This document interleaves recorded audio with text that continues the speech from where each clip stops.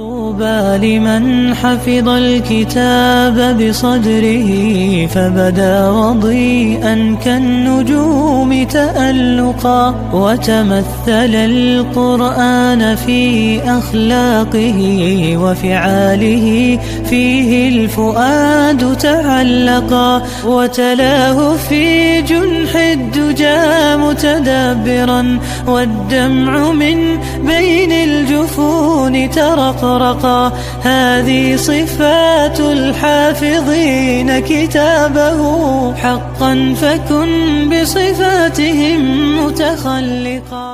السلام علیکم ورحمۃ اللہ وبرکاتہ. بسم اللہ الرحمن الرحیم. الحمد للہ وحدہ والصلاة والسلام علی من لا نبی بعدہ اما بعد.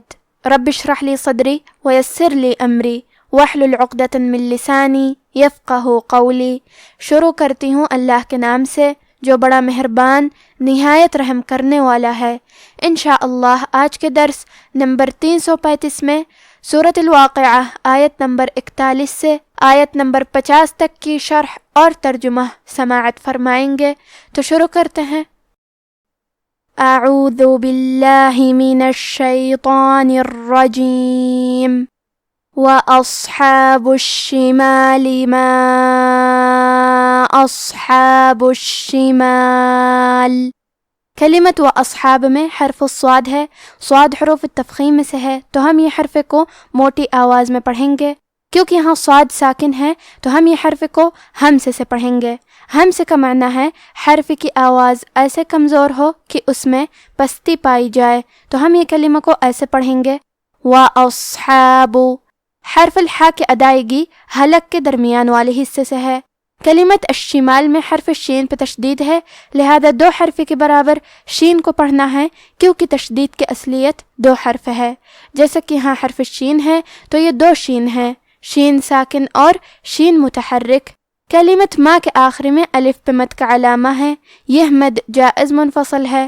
مد جائز منفصل کا معنی ہے کہ حرف المد پہلے کلمہ کے آخری میں ہو اور اس کی وجہ جو کہ حمزہ ہے وہ دوسرے کلمہ کے شروعات میں آئے. اس مد میں ہم اپنی آواز 2 سے 4 مد کے برابر لمبی کریں گے. وَأَصْحَابُ الشِّمَالِ مَا أَصْحَابُ الشِّمَالِ فِي سَمُومٍ وَحَمِيمٍ. کلمت سموم میں سین پہ زبر ہے اور میم پہ پیش ہے تو ہم یہ دونوں حرکات کو ظاہر کریں گے.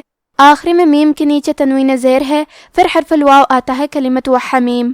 واو حروف الادغام بغنہ میں سے ہے.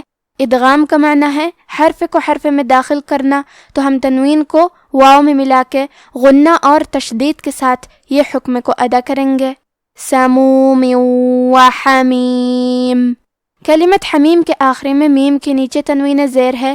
اگر ہم یہ کلمہ کو اگلی آیت کے ساتھ ملا کے پڑھیں تو حرف الواو کلمت وَضَلَّ دوسری آیت میں حروف الادغام بغنہ میں سے ہے تو ہم یہ حکم کو غنہ اور تشدید کے ساتھ ادا کریں گے.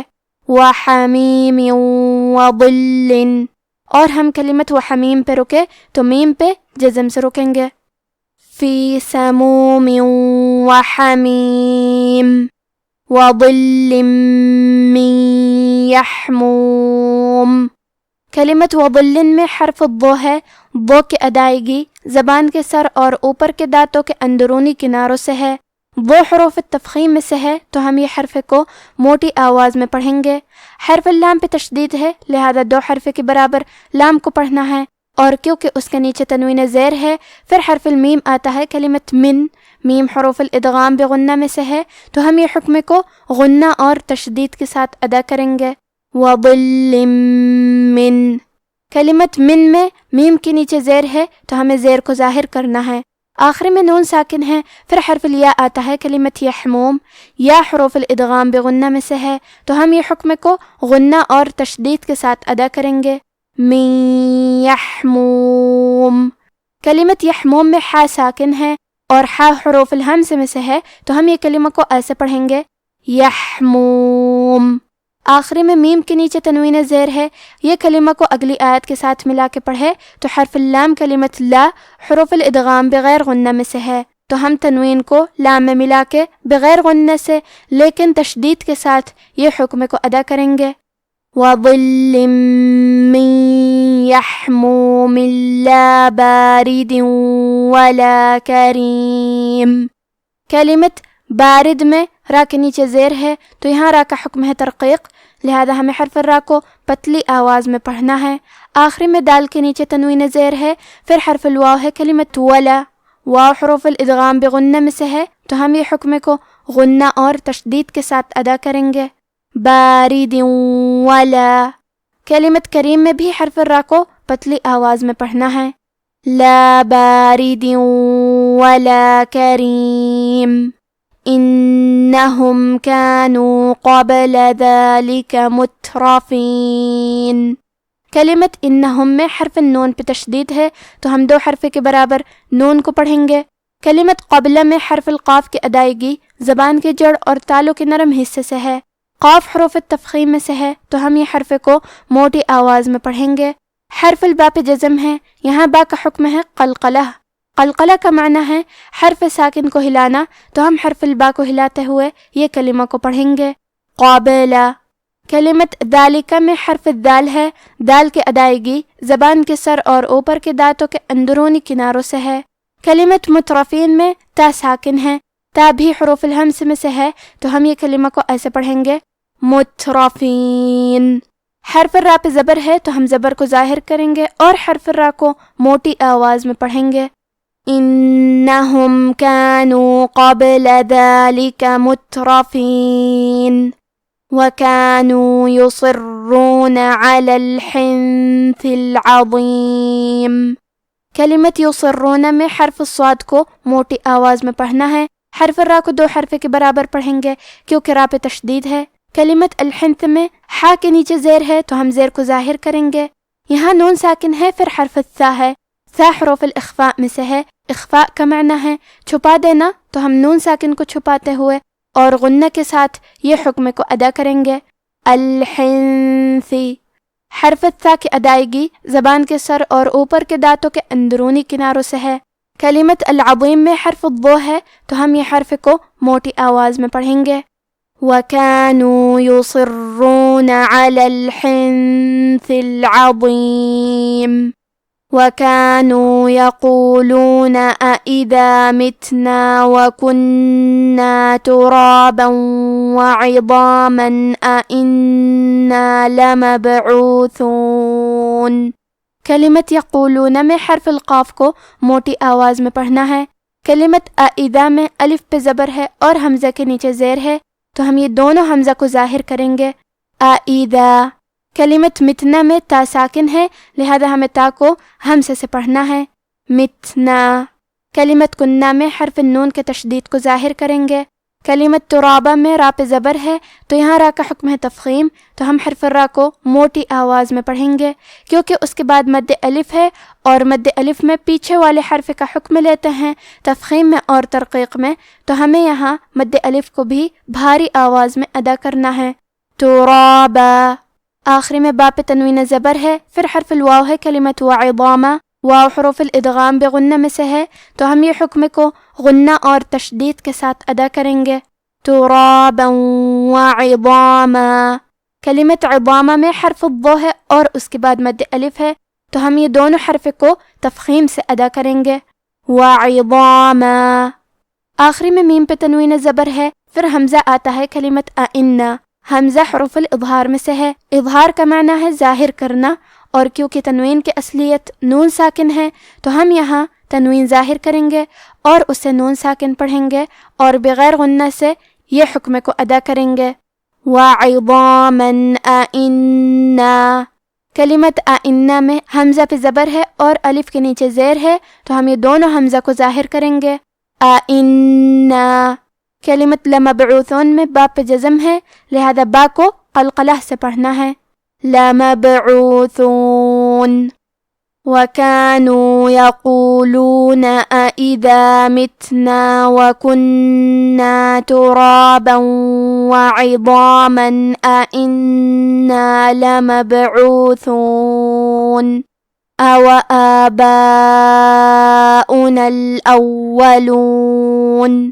کلمت آباؤنا میں الف پہ مد کا علامہ ہے، یہ مد واجب متصل ہے مد واجب متصل کا معنی ہے کہ حرف المد اور اس کی وجہ جو کہ حمزہ ہے دونوں ایک ہی کلمہ میں ہوں۔ اس مد میں ہم اپنی آواز 4 مد کے برابر لمبی کریں گے۔ واو پہ حمزہ ہے اور اس پہ پیش ہے، لہذا ہمیں پیش کو ظاہر کرنا ہے۔ أَوَآبَاؤُنَا الْأَوَّلُونَ قُلْ إِنَّ الْأَوَّلِينَ وَالْآخِرِينَ۔ کلمت قل میں حرف القاف کو موٹی آواز میں پڑھنا ہے۔ کلمت الآخرین میں خا کے نیچے زیر ہے تو ہم زیر کو ظاہر کریں گے اور حرف الخا کی ادائیگی حلق کے اوپر والے حصے سے ہے۔ خا حروف التفخیم میں سے ہے تو ہم یہ حرف کو موٹی آواز میں پڑھیں گے۔ را کے نیچے زیر ہے، یہاں را کا حکم ہے ترقیق، لہذا حرف را کو پتلی آواز میں پڑھنا ہے۔ قل ان الاولین والآخرین لمجموعون الى میقات یوم معلوم۔ کلمت لمجموعون میں حرف الجیم پہ جزم ہے، جیم بھی حروف القلقلہ میں سے ہے تو ہم یہ حرف کو ایسے پڑھیں گے لمجموعون۔ کلمت میقات میں حرف القاف ہے اور اس کے بعد مد الف ہے تو ہم یہ دونوں حرف کو تفخیم سے ادا کریں گے میقاتی۔ کلمت یومن کے آخری میں میم کے نیچے تنوین زیر ہے، پھر حرف المیم ہے۔ کلمت معلوم میم حروف الادغام بغنہ میں سے ہے تو ہم یہ حکم کو غنہ اور تشدید کے ساتھ ادا کریں گے یوم معلوم لمجموعون الى میقات یوم معلوم۔ اب آپ ان آیتوں کی تلاوت تجوید کے ساتھ سماعت فرمائیں۔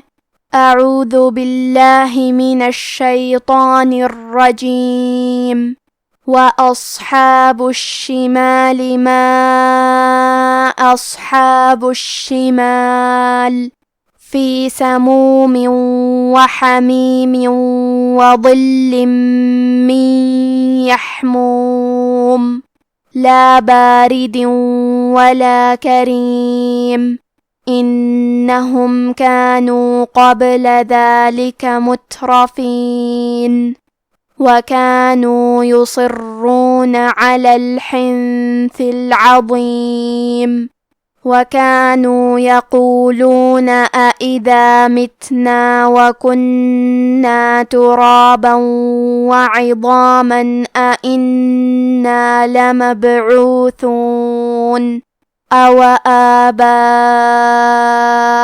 الْأَوَّلُونَ قُلْ إِنَّ الْأَوَّلِينَ وَالْآخِرِينَ لَمَجْمُوعُونَ إِلَى مِيقَاتِ يَوْمٍ مَّعْلُومٍ۔ اور بائیں ہاتھ والے، افسوس بائیں ہاتھ والے کیا ہی عذاب میں ہوں گے، یعنی دوزخ کی لپٹ اور کھولتے ہوئے پانی میں، اور سیاہ دھوئیں کے سائے میں جو نہ ٹھنڈا ہوگا اور نہ خوشنما۔